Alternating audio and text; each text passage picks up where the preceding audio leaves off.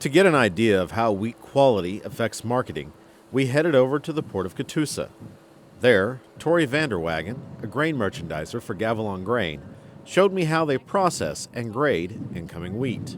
Tori, take us through the process. As a truck comes in, what are you looking at when you grade the grain? We are looking at a few factors. We're looking at the dockage of the grain, we are looking at the protein of the grain, the test weight of the grain, and the moisture of the grain, and also the FM and IDK that comes from when you store the grain, anything that comes in after you store the grain. They start by setting up the seller's information in the computer and pulling a sample from the truck. We'll take one of these and we'll put it through the machine. Now, what's this machine? This machine is our test weight and our moisture machine. From there, it's on to the Carter Day dockage tester.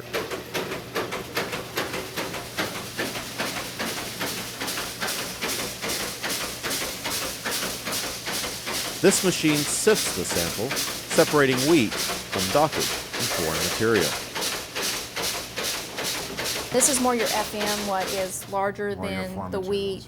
Right. This is your wheat pan. This is all the wheat that they separate. Out piece, right? This is your dockage. This is stuff other than wheat. It's your cheat and rye, Right. and maybe I get a few sticks or whatever that's in the package. And this bottom pan as well is also the dockage, whatever it doesn't pick up earlier in the stages. Now that came out pretty clean this time. How does this sample look to you as you compare This sample is actually a very clean sample. Very, very nice wheat. From here, we come over to this machine, and this is our protein machine. This is what how we actually market the grain, by the protein.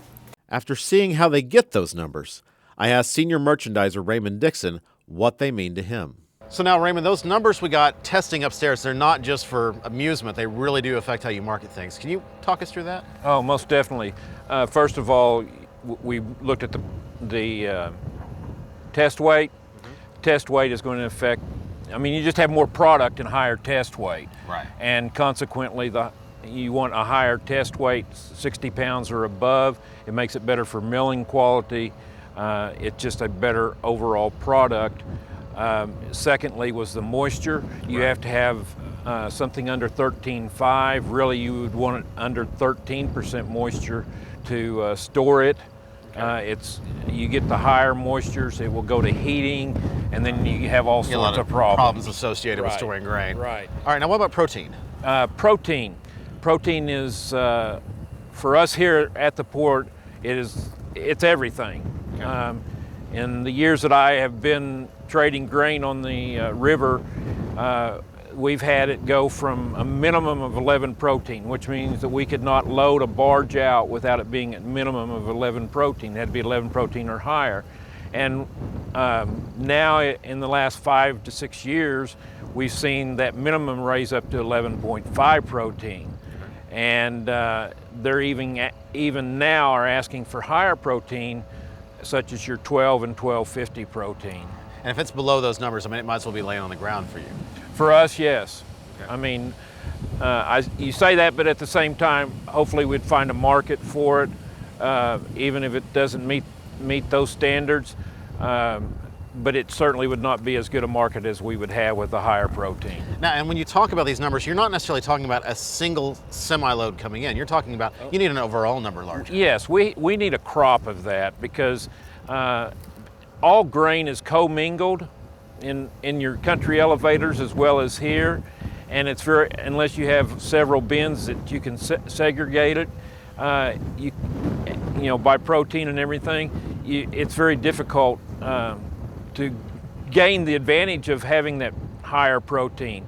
So what happens if your crop is primarily 10.5 protein and you have 6 or 7 loads come in that are 12 protein, and you commingle those, you lose the benefit of any of the higher protein. Let's talk briefly real quick about premiums, because we've talked about that in the past. We've heard about this, that with better protein there can be premiums associated. But how does that work? There needs to be a contract? Yes, all of our business is done through contracts, and we puts the standards on there, like #1 hard red winter wheat, max 13.5 moisture, and then a minimum 11 protein is where we start out at. Okay. Now, if they want to guarantee something higher, then they could probably ask for a higher protein. But if they guarantee something to be a higher protein, say a 12 protein, and they show up with 1150, obviously there's going to be discounts for not meeting the Right. guarantee. So now, that's one thing. I guess there's always that kind of battle with farmers that they're saying, well, you're taking off from our prices there. But you guys, you're not fighting against farmers here. You're really their biggest cheerleaders. You want that great crop coming in. Oh, most definitely, because if they don't have success, we don't have success. And it's just a stepping stone. I mean, if they bring in a quality product to the Country Elevator, and the Country Elevator brings that product on to us, then we have a product that we can market, a quality product that we can market to the foreign countries.